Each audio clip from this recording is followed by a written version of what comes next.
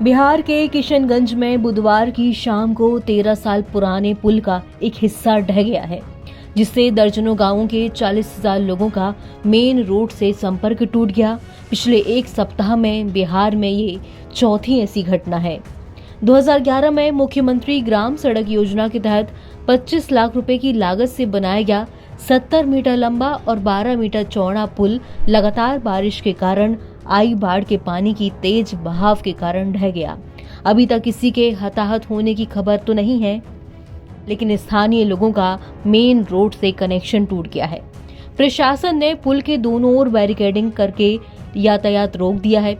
ये पुल किशनगंज जिले के बहादुरगंज प्रखंड के तहत बांसवाड़ी गांव के पास श्रवण चौक पर बना हुआ था।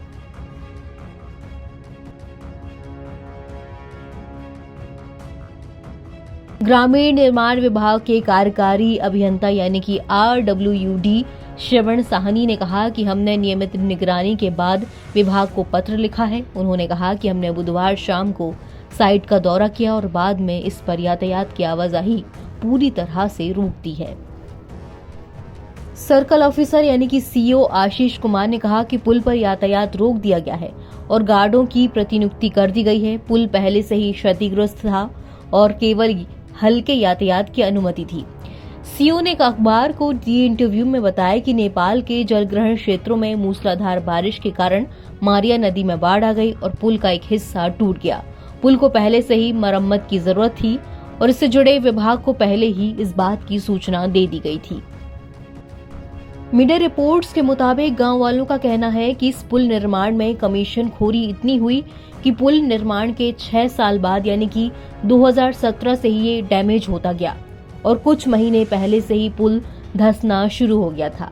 अभी नेपाल के तराई क्षेत्रों में लगातार बारिश हो रही है, जिससे नदी का जलस्तर बढ़ गया और इसका दबाव पुल सह नहीं सका।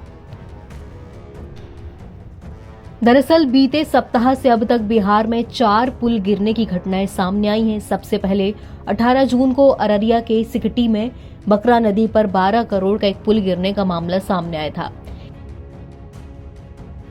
NBT ऑनलाइन की रिपोर्ट।